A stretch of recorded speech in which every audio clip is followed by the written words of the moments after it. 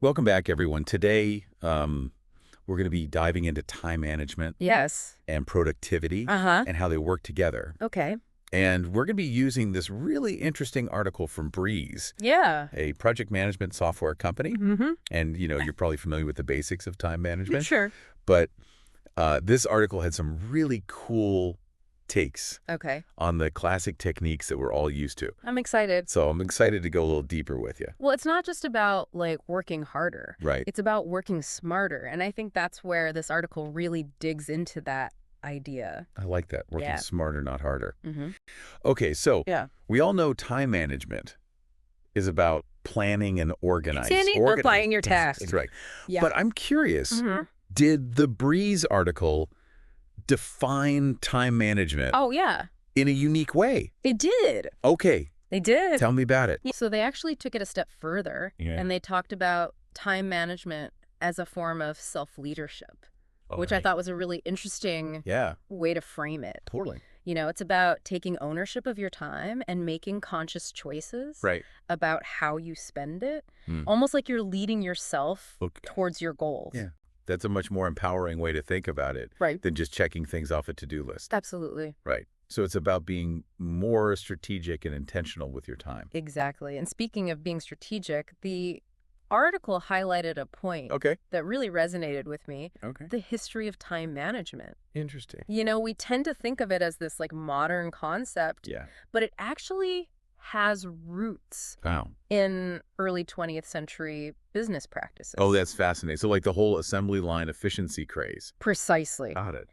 Thinking Frederick Winslow Taylor Okay. and his obsession with optimizing workflows. What's so fascinating is that while the tools and techniques have evolved, Yeah. the fundamental principles remain the same. Right. We're still trying to figure out the most effective ways Right. to use our limited time to achieve our goals. Totally. That makes total sense. Yeah. It's like human nature Yeah. to try and maximize our output, Uh-huh. regardless of the tools Totally. we have at our disposal. Absolutely. Okay. And the article even quoted Peter Drucker, Yeah. the management guru, Mhm. who famously said, Okay. "Time is the scarcest resource, and unless it is managed, nothing else can be managed." Which, let's be honest, is Yeah. still a pretty powerful statement even today. It's so true, though. Right. We can always make more money. Yes. We can always learn more skills, but we can't make more time. Nope. So how we use that time really determines our success, Absolutely. both professionally and personally. Yeah. And I know the Breeze article makes a compelling case for why good time management is so beneficial. It does. Right. Yes, but it goes beyond the typical, get more done Okay. argument. Okay. The article digs into the psychological benefits of Interesting. time management, Okay. which I thought was really insightful. I'm intrigued what kind of psychological benefits. Well, for one, it can significantly reduce stress and anxiety. Okay. When you have a clear plan and feel in control of your time, Mm-hmm. you're less likely to feel overwhelmed and stressed out. But isn't that kind of counterintuitive, though? Okay. Like, I always feel like trying to be super organized just adds stress to my life. That's where the self-leadership concept comes in. Okay. It's not about rigidly adhering to a schedule, Okay. but rather about creating a system Right. that works for you Yeah. and gives you a sense of control over your day. So it's about finding that sweet spot between structure and flexibility. Exactly. Yeah. And that sense of control can actually boost your confidence and self-esteem. Oh. You start to see yourself as capable and efficient, which can have a positive ripple effect on other areas of your life. Oh, wow. So it's like a positive feedback loop. Yes. The more you practice good time management, Yes. the more confident and capable you become, Uh-huh. which in turn makes you even better at managing your time. Precisely. And the article goes on to highlight how effective time management can also lead to better decision-making. Oh, that's interesting. Tell me more about that. Well, when you're constantly rushing and feeling overwhelmed, Mm-hmm. you're more likely to make impulsive or reactive decisions. Right. But when you have a clear plan and feel in control of your time, Okay. you can approach decisions with more clarity Right. and thoughtfulness. Wow. So time management isn't just about getting things done faster. It's about doing them better. Exactly. It's about being intentional and strategic with your time Yeah. so you can make the most of it in all areas of your life. This is already shifting my whole perspective. I love that. So if someone's convinced and they're ready to jump in, Yeah. what are some of the key takeaways Okay. from the Breeze article in terms of actionable advice? Well, they cover a lot of ground, but let's start with one of their more nuanced approaches to a classic technique. Okay. They really emphasize planning ahead, Mm-hmm. but not just in the sense of like making a to-do list, Okay, I'm sensing a but coming. but rather they encourage you to identify your peak productivity times. Ooh. When are you naturally most energized and focused? Oh, I'm definitely a morning person. Okay. Once the afternoon hits, my brain starts to check out. Me too. But the article points out Yeah. that not everyone functions the same way. Right. Some people hit their stride later in the day. Totally. The key is to figure out your own personal rhythm Yeah. and schedule your most demanding tasks accordingly.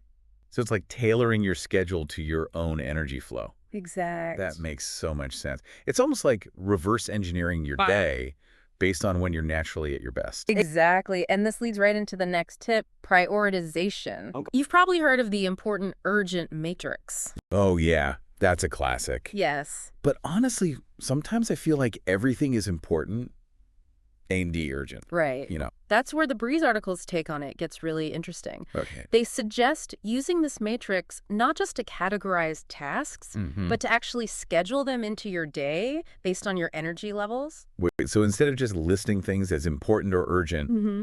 you're actually assigning them to specific time slots Yes. based on when you're most likely to tackle them effectively. Precisely.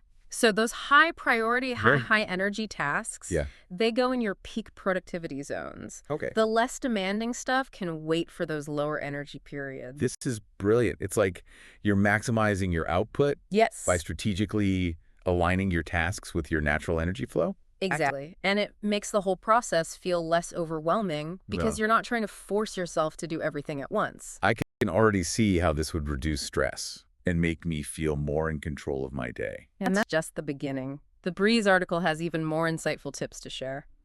Well, don't leave me hanging. Let's dive into those next. All right, so we've got our tasks strategically scheduled based on those peak productivity times. Yeah. But let's be, real life is full of distractions. Right. How does the Breeze article suggest we tackle those? They actually have a really interesting take on distractions. Okay. They point out that not all distractions are created equal. Okay. Some are external, Mm. like a noisy environment or constant notifications, Right. while others are internal, like our own thoughts and anxieties. That makes so much sense. I'm way more likely to get sidetracked by like my own wandering mind than Yeah. anything going on around me. Totally. And the article suggests different strategies for dealing with each type of distraction. Got it. So for external distractions, it's all about creating boundaries Mhm. and minimizing those interruptions. Think noise-canceling headphones, turning off notifications, Yeah. or even just letting your colleagues know you need some focused time. Okay, that's pretty straightforward. Right. But what about the internal distractions? Yeah, Those feel way harder to control. that's a good point. You know? The article dives into some mindfulness techniques Okay. for dealing with those internal distractions. Oh, interesting. Things like taking a few deep breaths, practicing gratitude, Okay. or even just acknowledging those distracting thoughts without judgment Right. and letting them pass. So it's about being present and focusing on the task at hand. Yes. Even when your mind wants to wander off Right.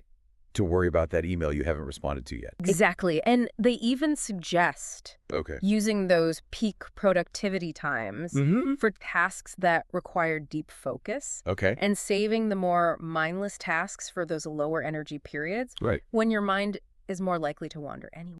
That's brilliant. So you're kind of using your natural tendencies to your advantage. Precisely. I love that. Now, another area where the Breeze article offers some unexpected advice Okay. is delegation.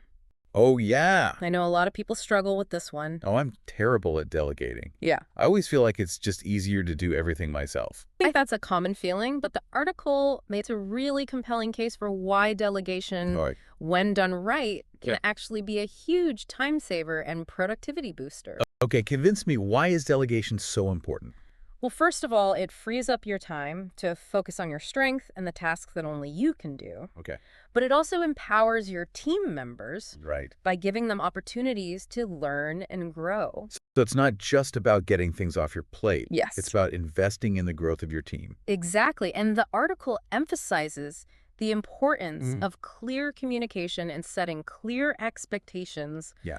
when delegating. That's so important. I think a lot of people avoid delegating because they're afraid things won't get done right. Right. Or they'll end up having to like micromanage the whole process. Right. And the article addresses that fear head on. Okay. They suggest providing detailed instructions, setting deadlines, and checking in regularly, but also giving your team members the autonomy to figure things out on their own.